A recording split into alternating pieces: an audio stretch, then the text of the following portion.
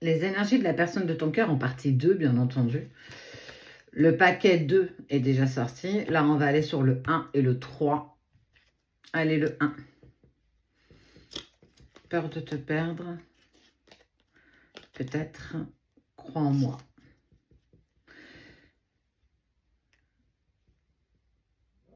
La personne de ton cœur, elle a peur que tu fatigues dans cette situation tumultueuse. Elle n'a pas envie que ça se termine. Elle espère que tu crois encore en vous, en toi, en lui ou en elle. Bien sûr, tu fais preuve de discernement, c'est intérêt général. Tu prends ce qui résonne et ce qui vibre avec toi. Même si aujourd'hui on se retrouve pieds et poings liés, garder en soi cet espoir que les choses, de toute façon, ça s'améliore toujours. J'ai envie de bâtir quelque chose de stable avec toi et de solide, comme un foyer, une maison, un couple, et voire plus encore. Avoir envie de tellement de choses avec toi, j'en ai bien conscience et je projette un avenir ensemble. Alors, ça peut être compliqué au jour d'aujourd'hui, mais les choses avancent, elles évoluent, alors peut-être pas aussi significativement qu'on le souhaite, mais ça avance. Ça avance en douceur, mais au moins ça a le mérite d'être stable. Parce que si on avançait trop vite, ça peut créer l'instabilité aussi d'un autre côté. Je dis peut-être car finalement, il n'y a encore rien de décidé. Et que je sais que tout reste à faire. Avoir une bonne base, une bonne fondation permettra d'y poser ce qu'on voudra dessus. D'ici quelque temps, tu auras ma réponse quand j'aurai pris les décisions. Toujours, plexus solaire, siège de l'action et de l'inaction, c'est aussi prendre des décisions en temps et en heure, ne pas se précipiter dans une opportunité, permet à un moment donné aussi d'être sûr d'avancer dans cette direction, ou en tout cas de choisir ce chemin. Il n'y a pas de chemin, et ça j'aime à le dire, il n'y a pas de chemin mieux que les autres, tous les chemins mènent à une destination, mais croire en sa guidance intérieure est avant tout pour moi la plus belle des orientations. Je te demande de croire en moi, c'est très important pour qu'on arrive à placer ensuite les choses pour nous.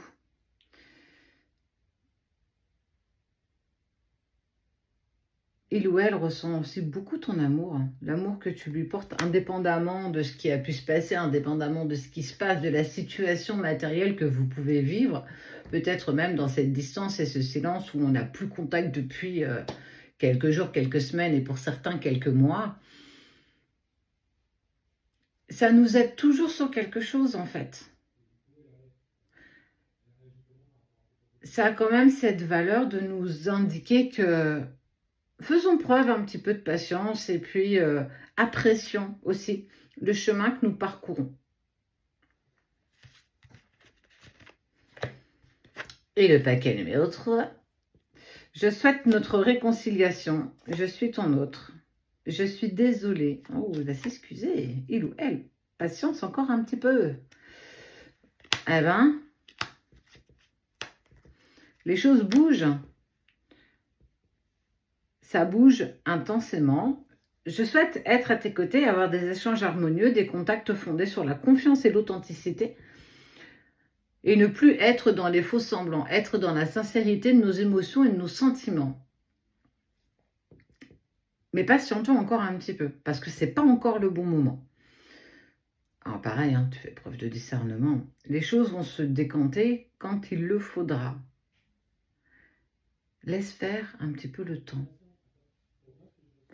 Patienter ne veut pas dire attendre, c'est aussi apprécier, je l'ai dit, ce chemin que nous parcourons. On a trop tendance à viser une destination sans apprécier le parcours que nous faisons. Et que parfois on passe à côté de l'essentiel. On n'a pas eu le temps de regarder peut-être ce qui se passait à gauche ou à droite, de s'y arrêter, de l'apprécier. C'est pas potentiellement non plus une perte de temps, c'est aussi apprécier le chemin que nous parcourons et que parfois on peut pas, on n'a pas la solution à tout. Et en acceptant d'être dans la résilience, c'est aussi profiter avec plus de légèreté de ce qu'on nous offre tous les jours. Tous les jours est une opportunité d'avancer, tous les jours est une opportunité de réussir, mais même des petites choses insignifiantes, d'arriver à passer une journée avec un sourire, en fait. Se dire, bah voilà, aujourd'hui j'ai passé une bonne journée, même si cette personne est peut-être encore en silence, elle est peut-être encore dans cette distance, qu'on n'en a pas de nouvelles, mais cette journée a été fructueuse. J'ai pu apprécier cette journée parce que je suis un être individuel, parce que j'ai une boussole intérieure et que j'écoute cette boussole.